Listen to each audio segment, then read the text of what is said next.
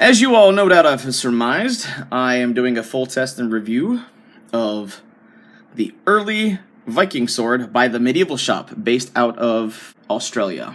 They got wind of my Viking series that I'm doing for the channel, and they were like, hey, do you want to go check it out? So I was like, sure. It would round out my entire weapons collection for the series. You know, I'd have a Viking sax, I'd have the sword, I'll have a spear, I'm going to have a cutlery set, I'm going to have the shield, I'm going to have a Norse style axe, and a beard axe, so I kind of have everything I need. This is the scabbard for the sword, made of leather, and I love the metal hardware. It's got a nice, good little button strap right there, so if you're connecting it to a baldric, you'll be good to go, which is what I am doing. And overall, the blade came pretty darn sharp. Aesthetically, ignore how it looks like now. It's already been through testing. I liked the fuller. I love the polish they put on it initially.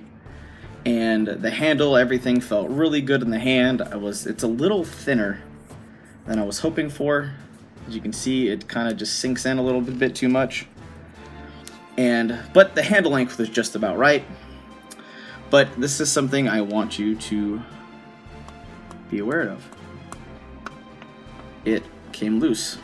The guard itself came loose after some not so super heavy testing. And another thing that happened while I was doing testing is the blade actually bent on me. And that was a little disconcerting because it was the very first swing I took. Luckily, you can always fix a sword that bends. You can't fix one that breaks.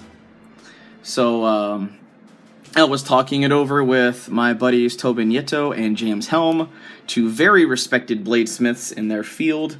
They do long blades, pretty much everything, and they said that the heat treat was the blade profile they feel is a little too thin.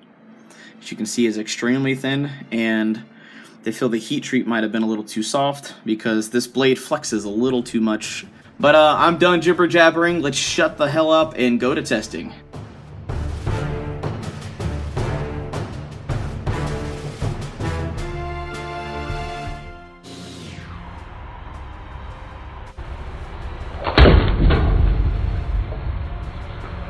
So, very first swing I take with this on a vegetable. Bent the sword. This does not bode well. However, it didn't break, so it can be bent back.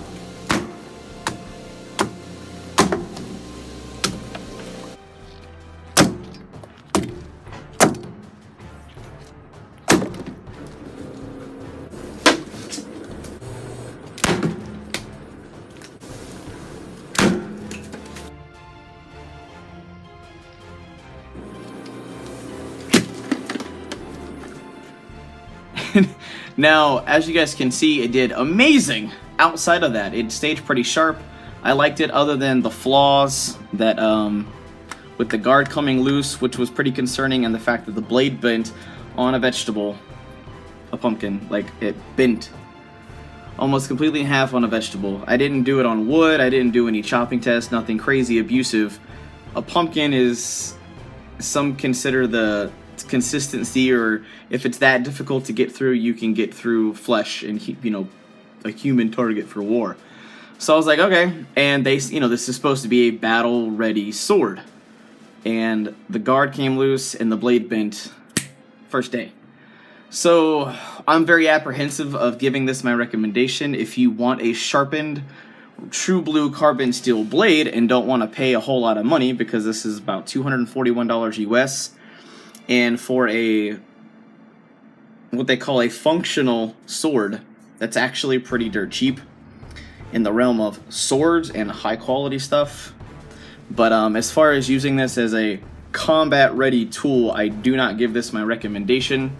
Now, if you want a sharpened carbon steel blade and you want to take it to Ren fairs like I'm doing and kind of show it off and do some bottle cutting and super light fine stuff, sure, it'll work. But if you want a true blue take it to war hardcore sword, this is not the one I would get. You probably are definitely going to have to move up into things like the Albion swords and whatnot. But for my uses outside of the testing for this, it did very, very well.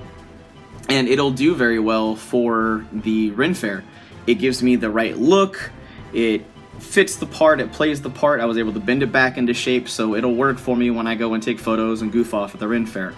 But that just about does it for now, guys. Definitely give a big thumbs up to this video if these are the kind of weapon testing you guys want me to see. I appreciate all the support you guys have been giving me for all of my Viking series. It's been overwhelming due to the fact that it's not a normal thing within my channel, and I just can't appreciate you guys enough.